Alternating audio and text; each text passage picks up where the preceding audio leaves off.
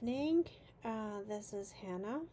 Welcome to Hannah Klein's Time podcast.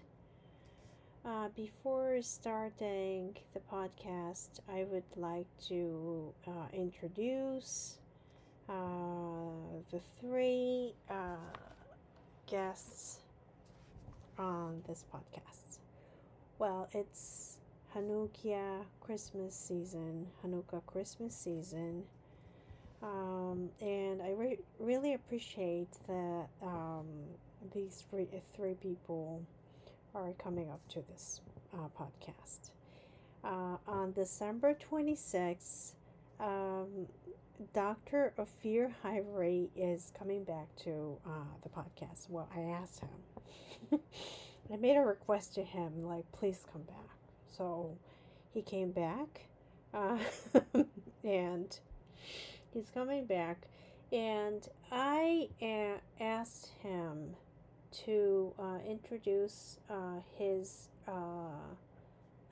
institution. Well, like the Herzl Institution, and also I would like to discuss Zionism with him. And also I would be discussing Hanukkah in Israel, because the last time at the very end of the show, he stated that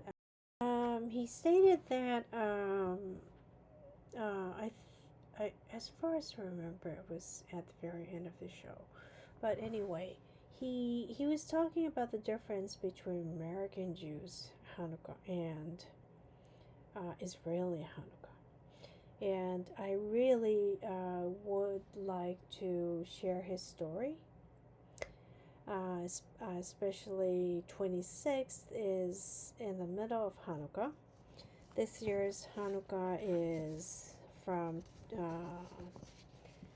December 25th to January 2nd, as far as I remember. Yeah. So it will be very, very, it will be a very interesting podcast for people. So, and on the 29th,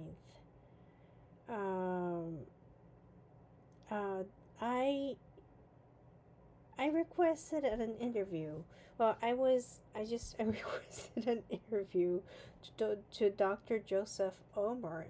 Well, I was actually asking him a different question, and I just asked him, "Would you be on my podcast?" And he said, "Sure." But he has been on NHK actually too. He was the former director of the government press office, and also he was an advisor to Yutsuk Shamar during the first Gulf War, and also for the International Peace Conference in Madrid. It's quite an honor to invite him, but I also would like to mention here right now that if you visit his Facebook page, you will be able to watch a mini lecture on Syria, and he is voluntarily doing this. So right now it's like volume 5, like part 5. So you can I will post from the link from 1 to 5 on the podcast introduction part, so that like you can visit his Facebook site it will be quite interesting. I found it very quite interesting, but yes, it was very interesting. He's talking about Syria right now. However, uh, actually, I am very interested in Dr. Omart's, well, Joseph's geopolitics opinion about, and also like what he thought or whatever, what happened, um, uh, what he thinks of China, and also how he dealt with Soviet Union, which was one of the works he did. So it's gonna be a very, I hope that it's gonna be a very interesting interview for people who are interested in politics or international relations. And the last guest is for, well, not the last guest for this year actually. The first guest of the new year is Reverend Barry Denison from International Christian Embassy, Jerusalem. He, I'm very, I was very surprised that, he said, okay, on January 1st. I was like, ooh. But, I'm not so busy on January 1st, so he's going to be the first, probably friend to speak with. And I hope, well, I asked him, we're going to be speaking. Well, we're going to be having conversation on Christianity, because Christianity is something very close to me for many reasons. Number one is that my grandmother was a Christian. She converted to Buddhism, but she remembered the Bible by heart, as I mentioned. And also, it was during actually the transition of Edo era to Meiji era. And at the beginning of Meiji era, like, there were ministers from North America, like Protestant ministers, who came to Japan to teach Christianity. And well, my family had to, well, just share our property, because he was persecuted in the area. So our whole family became Christians, and then for 4 generations, my family was Christian. And I have been familiar, well, my family is from Protestant Christian, but I had a friend, well, I will refrain from talking about the name, but she was from Roman Catholic family, so, and also her husband too. And I have a very friend who is an earnest Catholic. So, and when I was in the United States, I often went to church on Sunday, and yeah, I had church service there, and I respect Christianity very much. And for many people ask me why I'm interested in Israel and Judaism, and actually, well, it probably goes back to whatever my ancestor was. And actually, regarding Jewish people, it's I love Jewish people like as long as I remember, because I told the name of a researcher, a very, very renowned researcher on hospice care. Um, he was a prominent professor from the medical school of Pennsylvania State University. And he had a stepbrother, but yes, he was actually from a Jewish family. And actually, I tell people what I did in front of him, and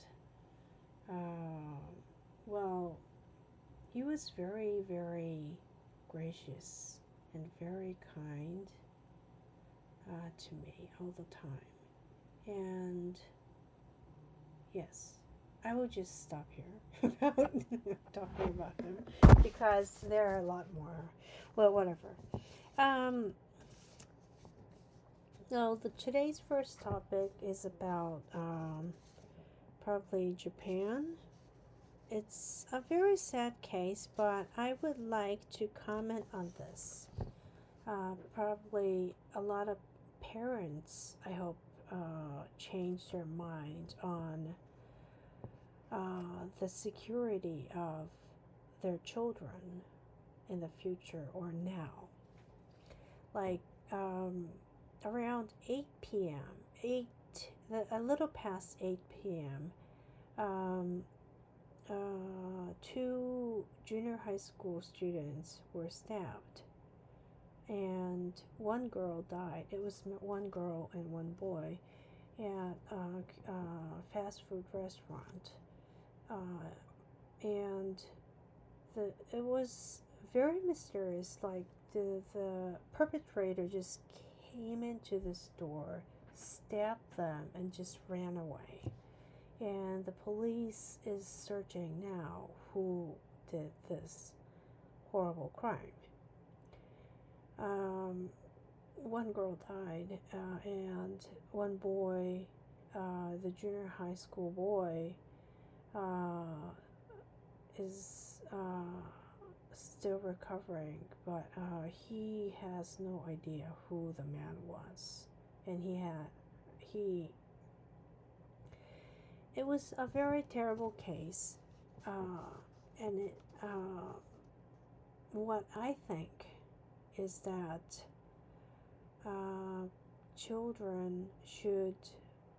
parents should be cautious of their children more. Like, I understand that many kids, study at cram school when they are especially the third year of junior high school, so that they can prepare for the entrance exam. And the entrance exam is coming in February and March, so they're studying very hard right now. But the problem is that it's now illegal for junior high school and high school students to stay in a restaurant or anywhere, public places, inside the public facility after 10 o'clock p.m. But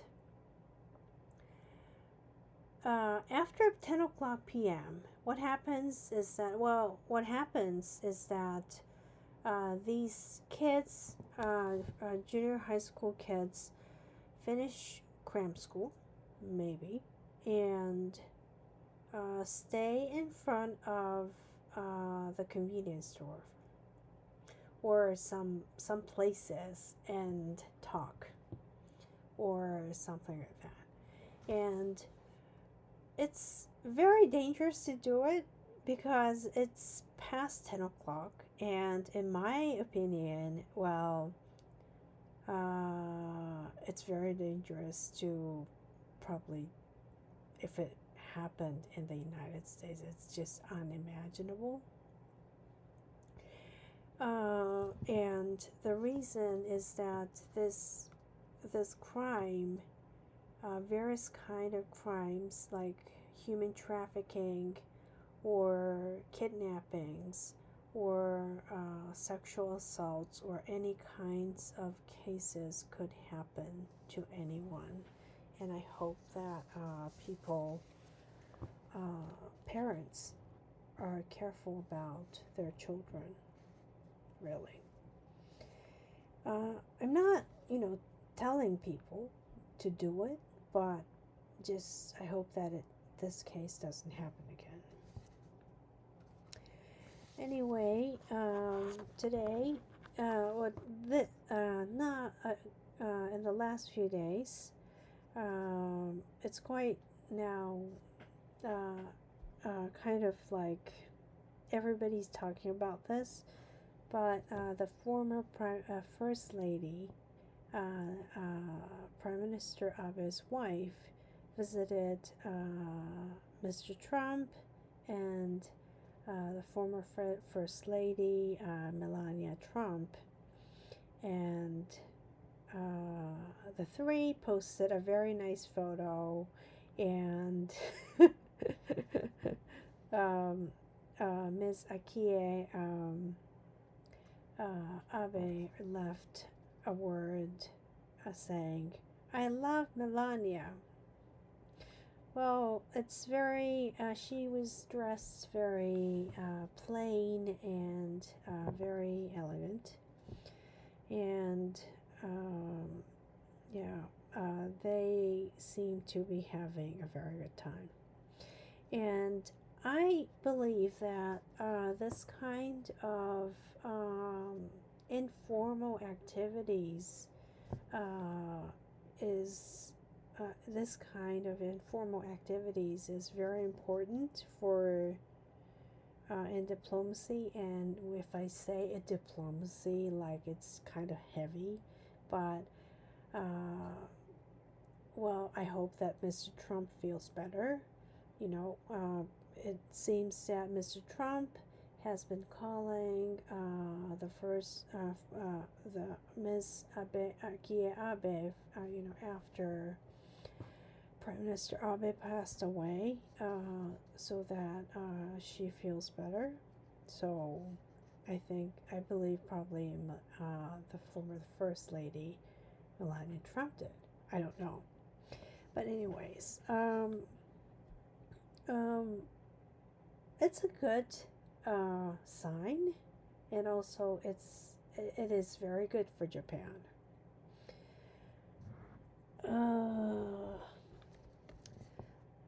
Now, there has been diplomatic, probably battles. Well, this current Prime Minister, I don't know about him, but Japan will probably have diplomatic battle with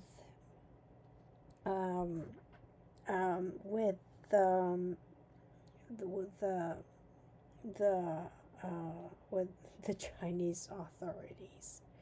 And I talked about Nanking Massacre. It was just too much to listen to for me. And I made a lot of efforts on talking about October 7th victims. And I would say there are a lot of voiceless people who cannot talk. And like a woman like Amit Susana or Morana Yanai, they speak on behalf of the women who were raped, but the rape victims who are not able to speak right now were in terrible, terrible condition. And this is what UNRWA did. This is what Hamas did. UNRWA is Hamas. And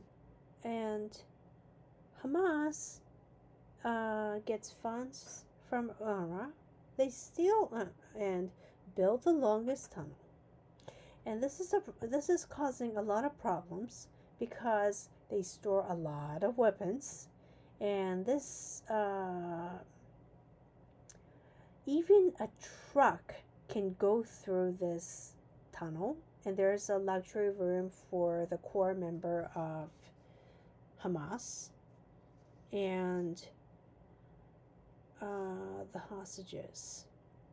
There are hostages held in Gaza. I mean, it's sometimes very difficult to talk about them. And I admire the fact that they speak over the pain. Really.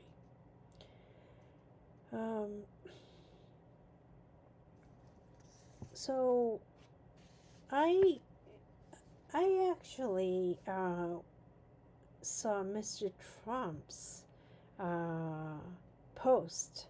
Like, everybody was, anxious that, Mr. Trump would be posting something. And he said there will be hell out to pay, which everyone probably who support Israel wanted to hear. And I was like, okay, great.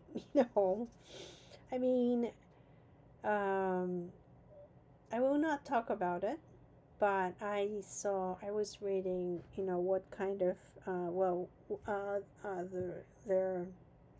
the article about hostage and ceasefire within Gaza, and also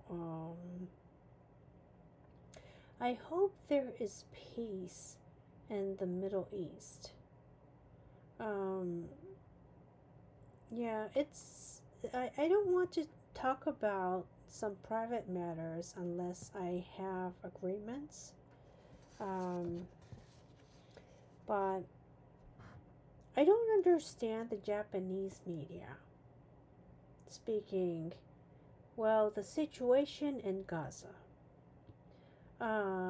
Do they know? Well, they actually intentionally say it with harm, I would say, because, there have been enormous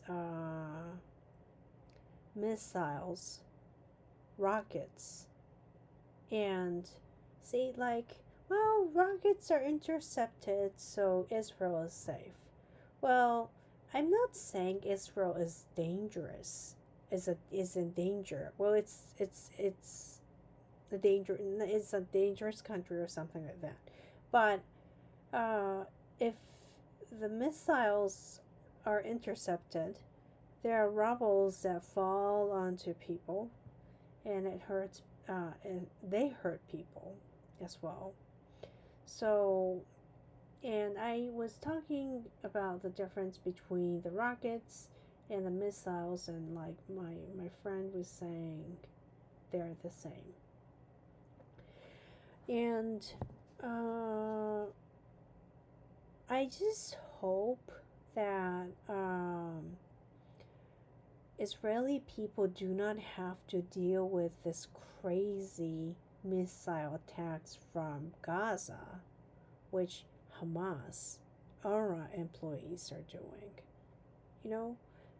The ICJ stated 6 employees. The UN stated 9 employees. And now a World Central Kitchen former employee was actually shot, and that led to the tragic incident.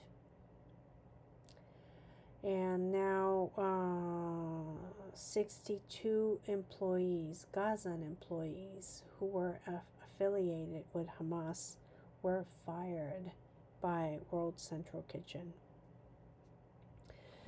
This is like 1 week old news, but I don't understand. Well, the media says Gaza situation, but 20% of what Hamas fire or Islamic Jihad or radical Islamists fire from Gaza are, well, they fall inside the inside Gaza, and that's causing tragedy among people. And TikTok has so many propaganda clips. It's just unbelievable. And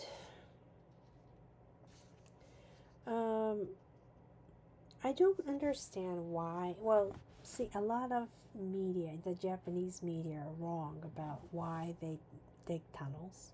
They say, like, well, the Gazans are out of water, food. They're all actually lies. And they say always Gazans, like not Israelis. And I'm sorry to say this, but we live in this real world, and we need to care about the real geopolitics that matters to Japan. And one key is the hope and democracy in the Middle East, Israel. I will, well, there will be a lot of drastic transitions or changes, or a change of the course of the war in the Middle East, and I hope that there will be peace in the Middle East between, Israel and other Muslim countries. So anyway, this is about it. I will be speaking about China. Oh, that's annoying.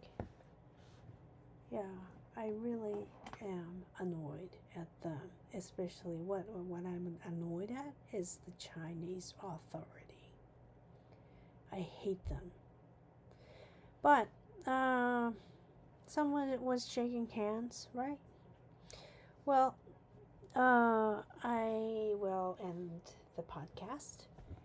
I hope you all have a good evening, and I recorded this very late at night, so good night, and have a good evening when you hear this.